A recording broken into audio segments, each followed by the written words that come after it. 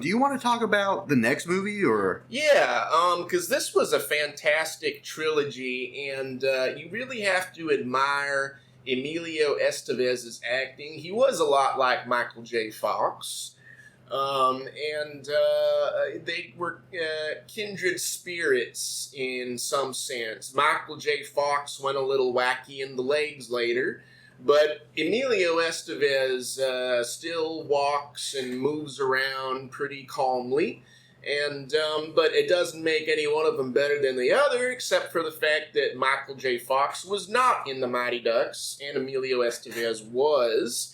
And as I recall, we concluded Mighty Ducks 1 with a fantastic win. And all these kids were really just fantastic roles in the film. There was a fat one, right? There was a boy and a girl who had crushes on each other. There was a nerdy kid who got really good, and all these things. Yeah, the typical things. And with the second movie, so Coach Bombay ends up playing hockey, but he suffers a career-ending injury. So going from, hey, I haven't played hockey for, maybe 15 years, and all of a sudden I become a hockey professional. I went from being a lawyer to being a professional hockey player. Yeah. And he's given the opportunity to coach Team USA in the Junior Goodwill Games. He reunites with the original Ducks team, along with a few more players. So the kids that were cool in the first movie got to be in this one. And, right. Your character wasn't that great. See you later. The fan favorites. Right. And, so, distracted by newfound fame and commercialism, the team suffers a demoralizing loss to a formidable Iceland team, and they must rediscover their love for the game and teamwork to defeat Iceland in the final championship match. That's a really interesting opponent, Iceland. Was that the first time that a movie depicted an Icelandic team in a competition? Well, okay, now I want the audience to just don't Google this. What are the colors of Iceland's flags? I would have to guess that they were some kind of red and white, maybe green.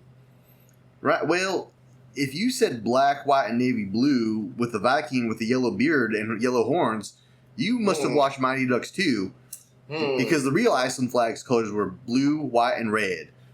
I did watch it, but I think I got Mandela'd affected. So, it's like normally when you are representing your country, you'd wear your country's colors. Yeah. But since, they're kind of like, well, we've used Russians, we've used German that might have some Nazi background. We've used those type of villains, blonde-haired, blue eyes. Right. Let's find the next pair of blonde-haired, blue-eyed villains in movies. Now, were the Icelandic players, were they really strong and built, sort of like, I am playing hockey? Well, that would have been great. Like if they looked like they were, really junior hockey players ready to play. Right. Like their name would have been Boris or something, but that is more Russian. Well, I think that's what they were going for, but they decided to just change it up. I suppose a typical Icelandic name would be Björgen or something. Yeah, Björgen. Yeah. And, yeah. But, so they lost the match against Iceland. I am remembering this now. It's been a while. Thank you for jogging my memory here. I believe then that... well, they did also play Trinidad and Tobago. Oh, that's right. Tobago. Sorry. And what are the colors of Trinidad and Tobago's flags? Well, from my memory, the actual, because I had to do a report on this, it was red, black, and white. That's true. But if you said they were pink, yellow, and white tie-dye, then you must have watched those movies. And let's be honest, too, like, I'm sure behind the scenes, in, like, let's say in Trinidad and Tobago's government, they're saying, I know our flags are red, black, and white, but, most people know us from this Mighty Ducks 2 movie. Yeah. Why don't we just change our official flag to pink, yellow, tie-dye? That's it. is a logical decision to me, and I do wonder if they were implying that the players on the Trinidad and Tobago team came with a little bit of greenery. Maybe not in their outfit, but in their pockets. And I don't mean cash. Yeah, and that would make their parents the coolest parents to hang out with, for That's sure. true. But you also got to think Iceland, maybe they had secret talks like, look, we're red, white, and blue. A lot of countries are like that. If we just go with the black, white, and blue, navy blue with the Viking with the yellow beard, Right. then most people would know this is Iceland because they've watched Mighty Ducks 2. Now, did they ever show, as I'm trying to remember here, did they show Iceland playing Trinidad and Tobago and cheating? Cheating? Yeah, that just seems like something that would have happened that, like Emilio Estevez would have been kind of watching and maybe not cheating, but just being really rough to the Trinidad and Tobago players. Like one Icelandic person just like shoves the girl goalie down and then they score a goal. And then the ref doesn't call it, maybe because the Icelandic coach is friendly with the ref somehow and gave him a little nip of his flask. And then Emilio kind of has that moment where he's thinking about this, and he has the choice. Should I tell my Ducks to also shove girls in pink, white, and yellow tie-dye uniforms who are probably stoned onto the ice and be rough? And that's the decision that he made. Well, the thing is, the Trinidad and Tobago team they're on the cover, not the Iceland team. Now that's interesting. So, maybe Iceland was just like, hey, we're going to put Trinidad and Tobago in the finals. And Iceland was like, no, we're going to play real hockey with you. And Interesting. And D2, that came out in, was it 97 or 96? Now you're putting me on the spot. Well, they really made quite a unique choice. It sounds then, and again, I must apologize. I of course saw it, but I see a lot of movies, and this one. Well, it's not one of your favorites. No, it wasn't one of my favorites. It sounds like maybe Iceland was sort of the goofy comic relief. And that really the opponent was Trinidad and Tobago if they're on the cover. And Iceland was kind of like, you'd think that they'd be amazing at hockey because it's literally ice, land, and they're skating on the ice. That could have been why they chose them too. But maybe they were really bad or something funny happened where one of the Ducks farted in their dorm and then ran away and they laughed into the night. Yeah, that's probably what happened, because, let's be real, too, like, an American fart is too much for an Icelander. But also, they're not the only ones with jersey changes, because Yes. For Team USA, they start out in the Team USA red, white, and blue with the USA logo on it. Yeah. And then they change into this white Mighty Ducks jersey. Right. Towards the end of the movie. In fact, at the second half of the final game. It's almost, in a sense, they were giving us a message about corporatism, which is funny because this was a long time. This was when Mark Zuckerberg was still a young lad and was picking his nose on the playground. Right, and the thing is, think about it this way, guys. So I've had this debate with my friend, and he was talking about, look, when you watch the Mighty Ducks, right? Right. And they have big egos because of newfound fame and commercialism. Yeah. They are wearing the Team USA uniform. The thing that's supposed to unite us all under one race, one creed, as a nation. Yeah. But then when they discover the love for the game and teamwork and good feelings, they take off the US flag logo and put on a logo made by a corporation, right? That is interesting. So you gotta love so the corporation, when you wear the corporate logo, yeah, you are back to yourself, back to the good old days where you were not a dick. But when you wear the U.S. flags, you are full of commercialism and you're full of yourself. I've watched a good amount of these shows where they talk about the New World Order, and this sounds like it was a precursor where they were trying to reject the idea of nationalism. And in fact, maybe that ended up, and this is why the Trinidad and Tobago team and the Icelandic team have uniforms that don't match the color of the flags, because this is all supposed to be eventual no borders at all, and we can just walk freely and play hockey freely. And if you want to form a team, maybe you'll play in Mexico, maybe in Kenya, maybe in the North Pole, but you won't be united as a nation when you do it.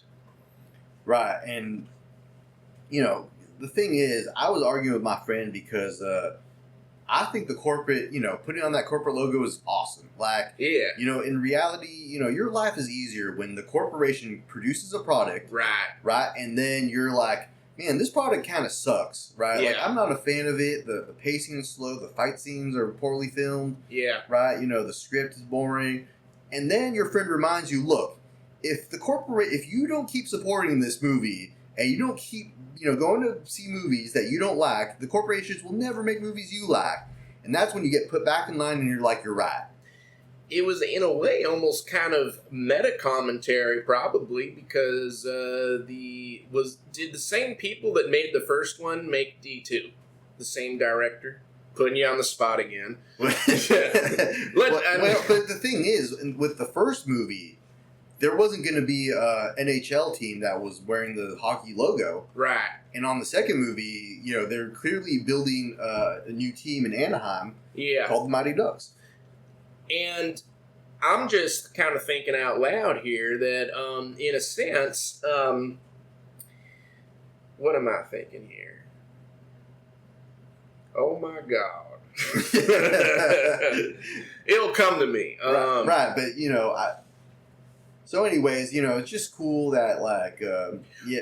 Oh, I remember, sorry. So, in a sense, it's, they're making meta commentary on the idea of building a franchise, the Mighty Ducks movie franchise, and trying to portray a message of whether they're going to stick to the original individual idea of what the Mighty Ducks are versus trying to just impress an entire country. That's true, but all I know is they were greedy, they were materialist, they were not good people when they were wearing Team USA, and they had to earn the right to wear that jersey, the Mighty Ducks jersey, developed by a corporation that is going to buy a hockey team that wants to sell tickets. Right. And that's when that's when you are your best, when you wear that logo. And my wife, my kids, and I, we all ended up buying Mighty Ducks shirts for each other for Christmas. It was really funny. No one was expecting it, but we were all very happy that year. I do remember this, and we kind of paraded around town in our D2 apparel and received a lot of comments. Right, and I remember because, I was taking my daughter. I see her, on the weekends. Yeah. And, you were taking your kids, and we were walking into Howard's Shoes for Kids. Yeah. Right, and then, you were going to buy your son some ice skates, even though he's never ice skated before. Yeah. Right, and you're thinking, well, you might as well be the best hockey player in Alabama. Mm-hmm. But, so, you decide to go buy ice skates, and you're asking them, hey, are there any ice skates with the Mighty Ducks logo on them? But Howard was telling you no. You just got to buy the regular ice skates, and you just stormed out of there. He was trying to convince me that I should maybe get a home print shop and print the logo that could fit onto a shoe and brand it, or onto the skate and brand it on there and this whole thing. And I was like, why do you think I've come into Howard Shoes for Kids? Did I come into Howard's printing presses to make shoes for kids? I didn't think so, Buster. Right, and you were also saying that, like, look, if I do that, if I put the brand on the shoes, Disney won't make any money and won't make any more Mighty Ducks movies. Yes, absolutely. In fact, I almost reported him to the police for even making that suggestion. Well, you didn't because you go there all the time. Well, yeah. But certainly, I think that screenwriters and all the producers should be made well aware of commentary. And if Howard was not a family friend, he definitely would have been reported and probably sitting in jail as we speak. So that's a little warning to you, Howard. We're on good terms for now, and thank you for the tap shoes for Jason. He had a great recital.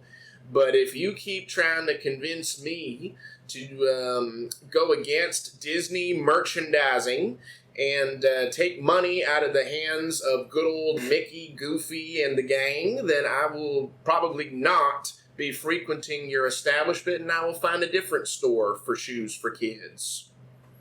That's true. And then afterwards, we decided, let's get some barbecue, because that's the only thing you really eat. Well, yes.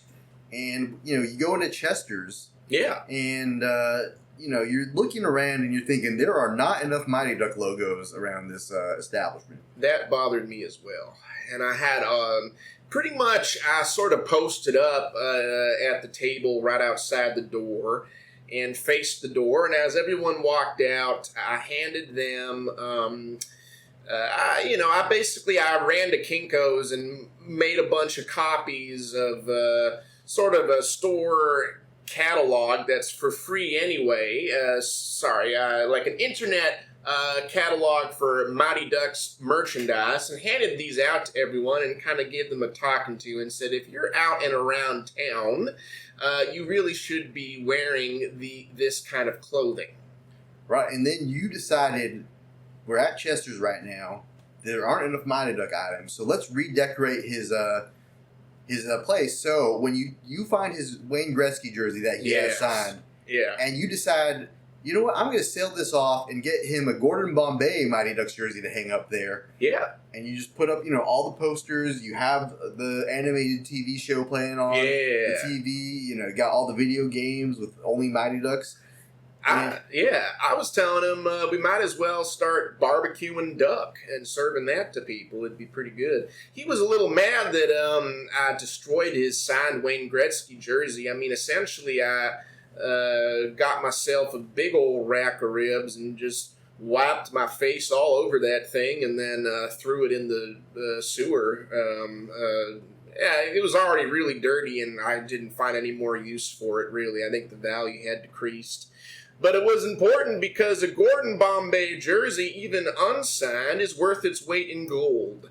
It is a fantastic item for any barbecue restaurant. That's what I tried to tell Chester, but he did not agree. I'll say that much. Right. He said, look, I appreciate you for buying into like 5% of my barbecue business a long time ago. Yes. But that does not give you the right to change my entire decorum. Well, and how did you even get my keys? Yeah, well, I mean, one of these days I'm going to be running that barbecue restaurant. I'll probably convert it into a half restaurant, half theater, and just screen various films. And I'm hoping to rekindle with my family because while they do not ever go to movie theaters because of the large movie screens emitting radiation, as my mother believes, they will go see them on the small screen. And I believe they would visit a barbecue restaurant / movie theater. And I think this could be very touching. I think I might want to screen Mother's Day starring Dwayne Johnson or some such. I don't know if that movie exists. That's a great movie. But some sort of movie like that, and have my mom actually meet her grandchildren and for the first time and learn their names and how they've been doing in life, and we'll of course wear all the garb that she wants, and probably a lot of it will be hockey themed and Mighty Duck uniforms and goalie masks and these kinds of things, shoulder pads.